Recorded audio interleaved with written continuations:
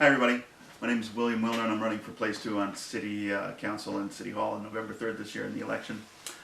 This video is a follow-up to the short one that I posted yesterday that I had shot at the corner of Lexington and the Old Highway. In that one I talked about the importance of rule number 1, which is to see what is. In a larger sense we're talking about how to manage traffic, and I pointed out in that video that the idea that we can simply just keep adding more capacity for traffic is a non-starter, because in a lot of places there's not physically room to add the new lanes. I don't need to go over that again. It's pretty straightforward. Certainly down here where Lexington meets 290, where the slope goes down the hill heading north, there's no space to add lanes there. Where the old highway goes alongside the trestle bridge, and it's on the bridge itself, coming up to the T-junction, close to Walmart. Clearly no space there either. You'd have to build another bridge at extraordinary cost.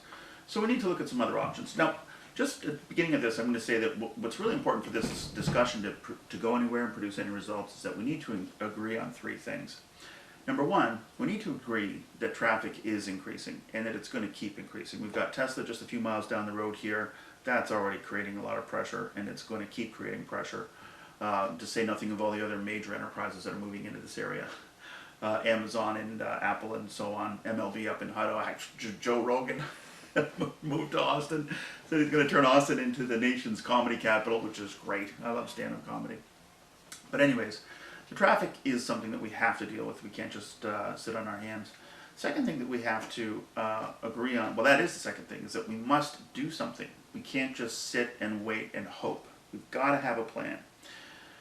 And that leads to point number 3, which is that the plan can't be the same thing as was already done, things that have already been tried and failed elsewhere.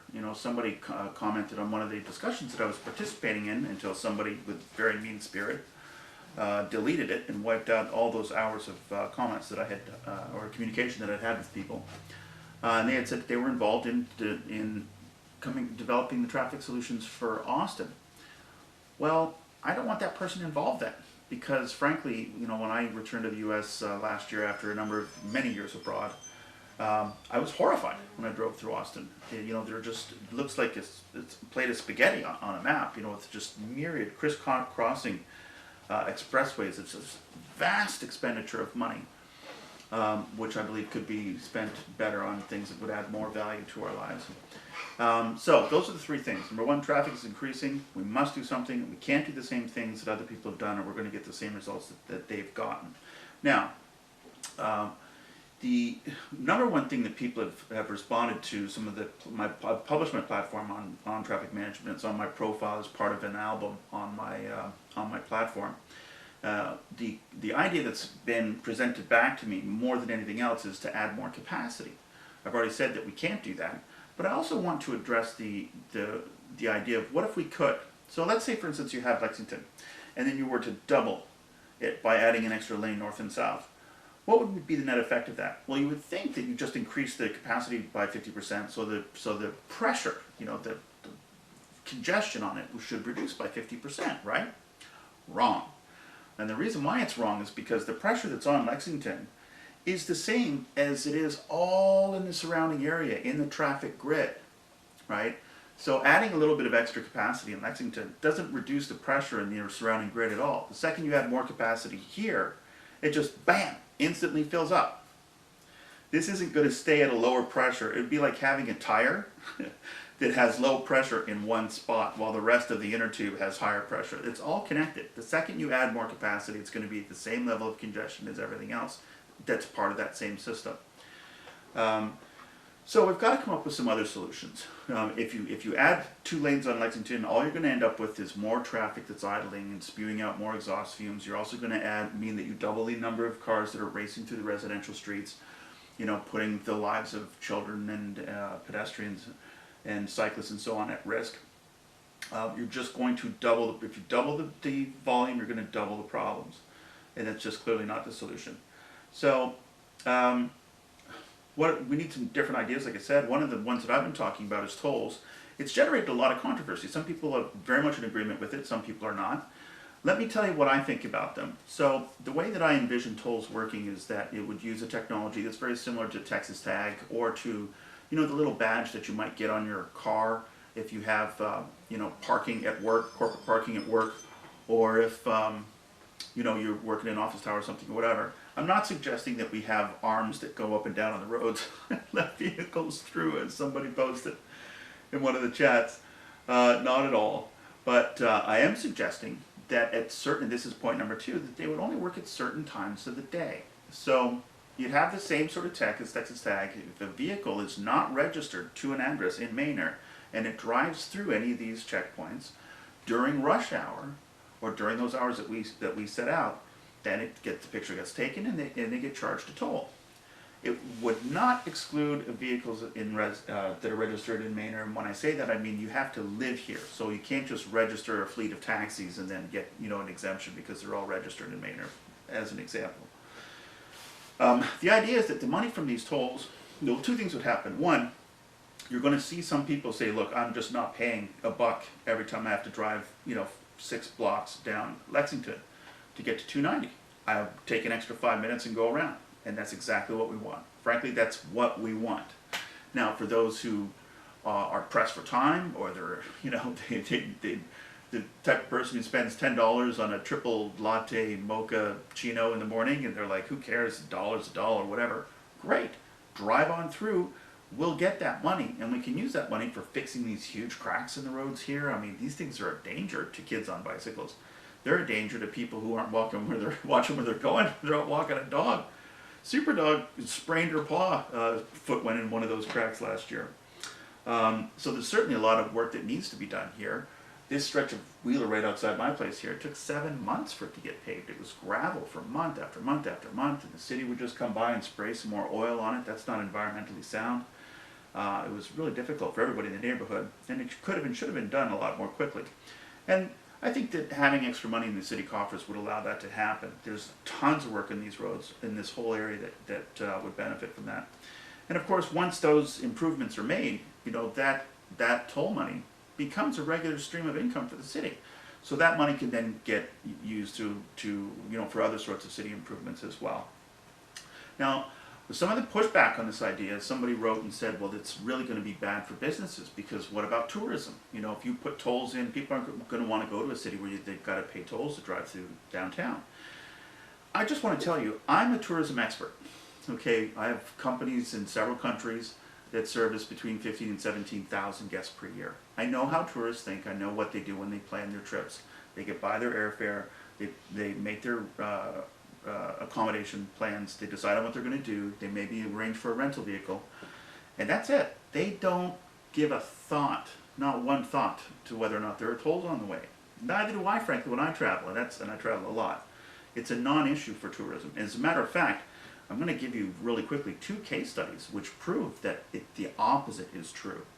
So in London, England, they instituted what they called pedestrian-only zones in some of the densest areas of the car traffic was most congested in downtown London. And as you can imagine, there was outrage.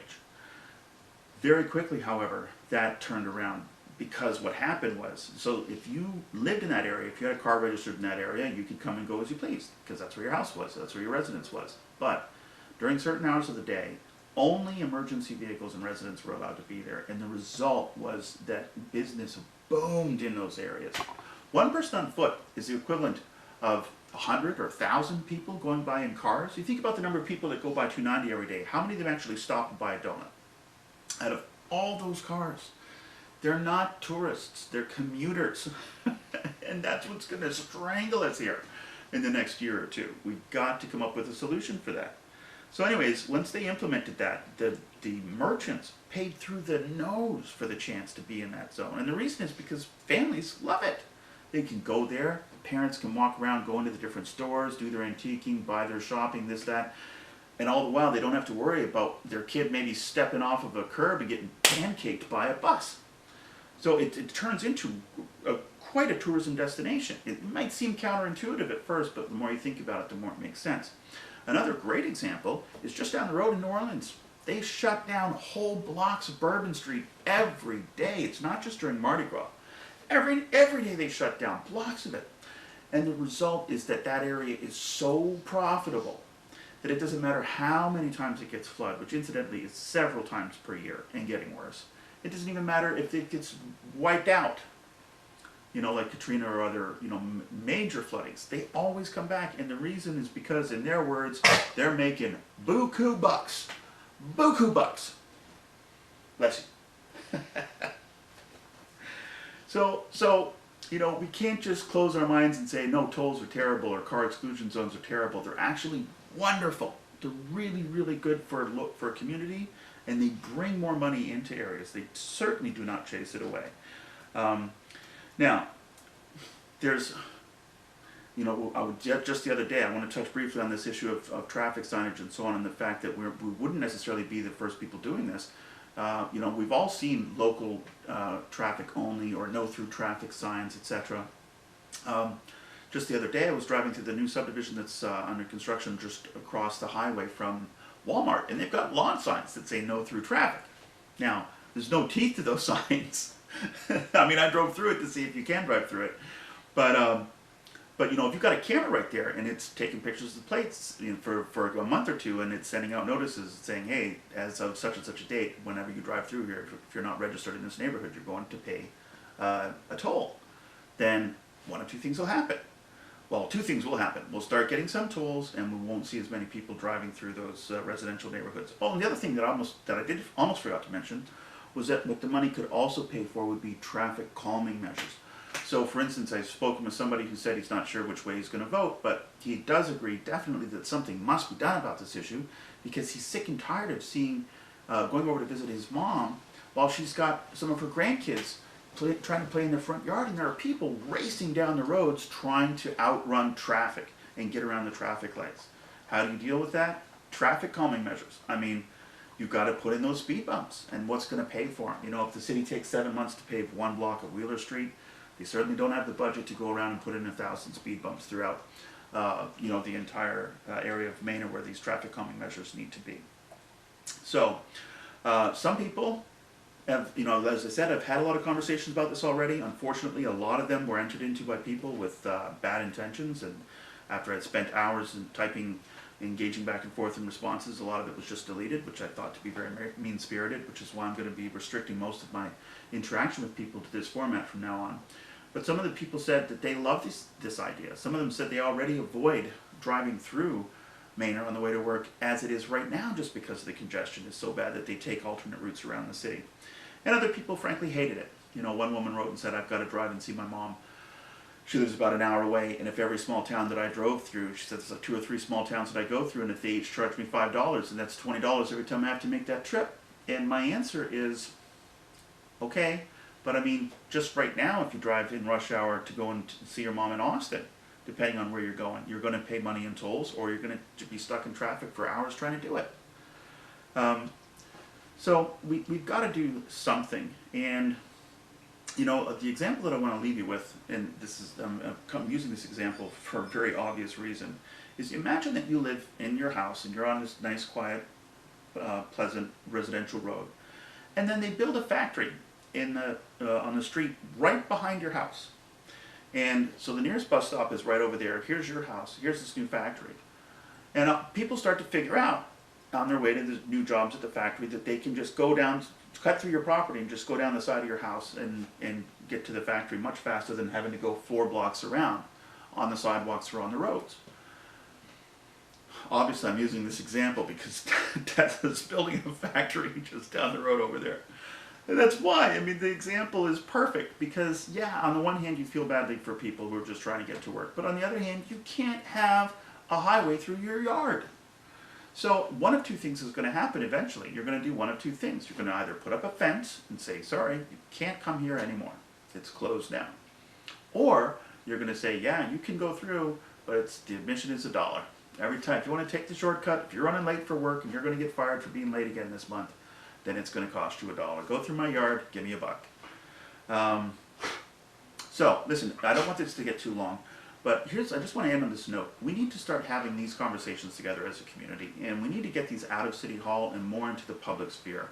If there are people who want to talk about this together, get in touch with me. Let's get maybe some extra people, not just me in front of the camera. Let's have a conversation.